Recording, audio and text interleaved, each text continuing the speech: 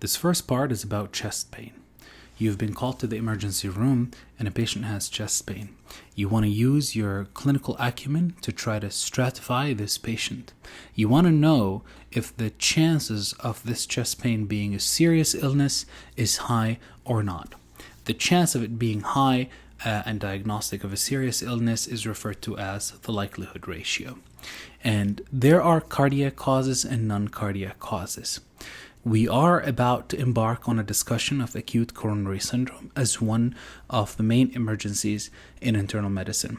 But in this introductory section, we will discuss chest pain. Let us start with the miscellaneous causes of chest pain.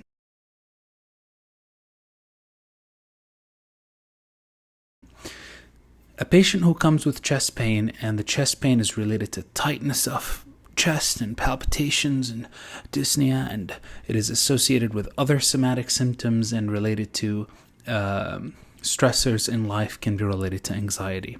A previous anxiety attack will help make that diagnosis.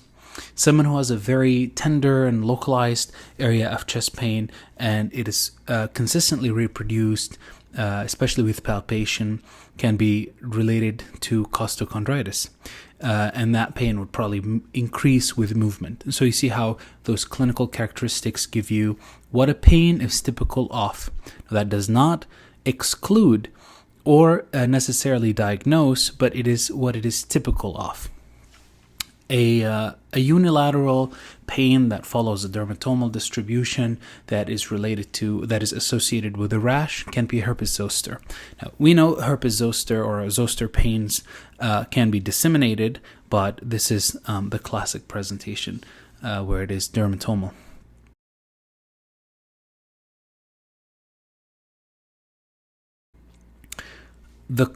Some of the most common causes of chest pain are gastrointestinal. Common causes being esophageal reflux. That's common, can be very annoying, can be associated with acid taste and mouth, the water brash, and precipitated by meals. And it can be quite serious sometimes, especially when it causes complications such as aspiration pneumonia and so on. But you have other gastrointestinal causes that may not be as common. They are rather severe. And as a clinician, you are not allowed to miss something serious. So you have esophageal spasm, you have Mallory-Weiss tears, and you have the Boerhaave syndrome, which is esophageal rupture, and that will give you mediastinal air collection and severe chest pain, and it increases with swallowing. Peptic ulcer disease and biliary disease and pancreatitis, of course, is a serious condition. The gastrointestinal causes, you want to look for associations with meals. You want to look with relieving factors such as antacids. If it increases or decreases with swallowing, those are also important issues. Of note, and I find to be of interest, is esophageal spasm because it is relieved by nitroglycerin and calcium channel blockers. And one of the cardiac causes, which is prinzmetal angina, which is a vasospasmodic coronary artery, is also relieved by calcium channel and nitroglycerin. What about the pulmonary causes?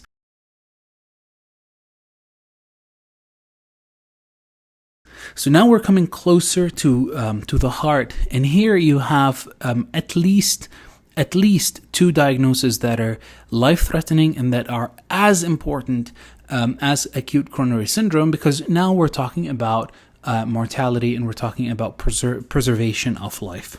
One is pneumothorax and the other is pulmonary embolism.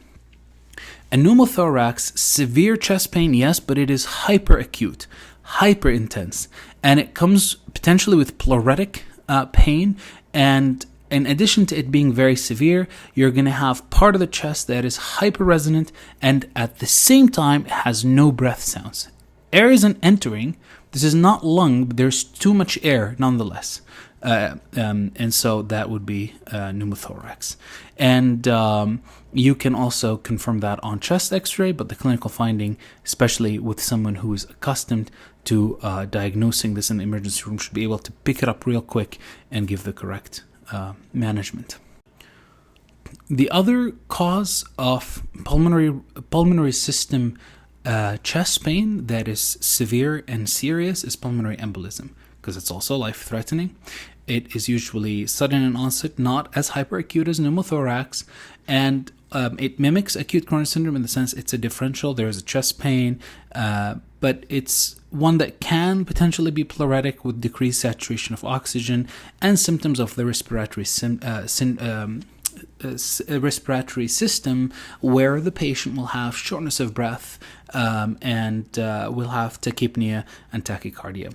On an ECG, sinus tachycardia is the most sensitive sign, but you have other signs such as a right axis deviation, a right bundle branch block, the classic S1, Q3, T3, which frequently comes in exams.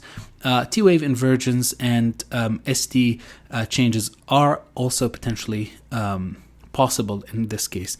Of interest, you can also have increased troponin. So when you are suspecting ACS and PE, you should be able to rule both out because they're both serious. A pulmonary embolism is diagnosed with a CT angiogram and or a ventilation perfusion scan, also known as a VQ scan.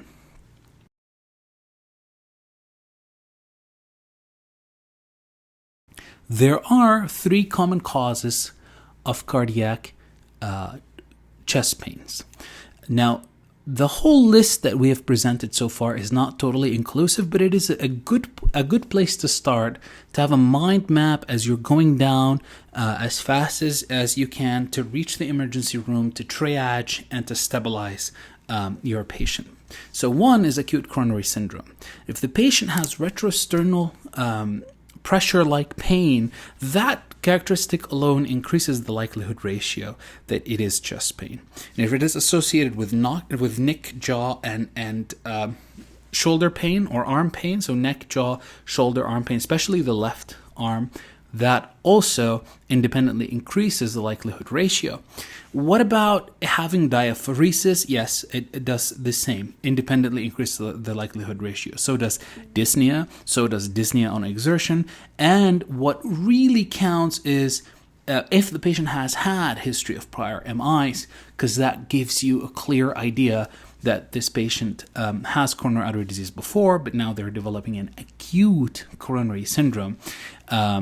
And other patient characteristics and risk factors should be taken into account. Of note that classic teaching, relief with nitroglycerin and relief with rest has always been considered to be a characteristic of acute coronary syndrome. While that is true, it's not true in all acute coronary syndromes. It's not as reliable, and that's been discussed in the Annals of Emergency Medicine in 2005 before. But I'm going to explain to you why that's true when we come to classify the different types of acute coronary syndrome. On an ECG, you will see potential ECG changes can be ST elevation or depression, T-wave inversions, the possibility of Q waves, and on laboratory investigations, troponins and CKMBs. Here, off note, as of 2018, especially and after, high sensitivity troponin has become mainstay of treatment of investigation, and therefore the use of CKMB and CKs in general has decreased. So that is the first cause of cardiac chest pain. The other 2 would be pericarditis, myocarditis, or pericarditis and or myocarditis.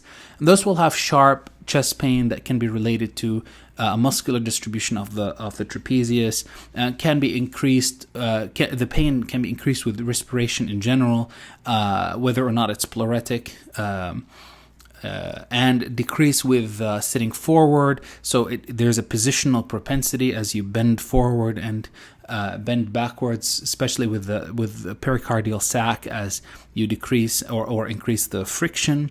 And so on clinical exam, you can certainly hear a friction rub. You can also see diffuse ST changes.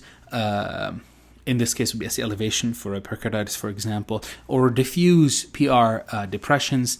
And so you can also look at that. Pericardial effusion can be visualized on an imaging of the heart. We like to use the ultrasound modality of echocardiography as a very quick investigation. And aortic dissection, of course, the pain again is sudden, it is severe, but the character of pain is not pressure. It's tearing pain, and the absence of it actually decreases the likelihood ratio of aortic dissection. And so those are things to keep in mind, especially increment in blood pressure and pulse. Asymmetric pulses and blood pressures can also tell you that, okay, blood is not flowing properly on both ends of the aorta. So there might be a tear that is stealing away the blood between the ascending and descending aorta. And you look for a false lumen on imaging.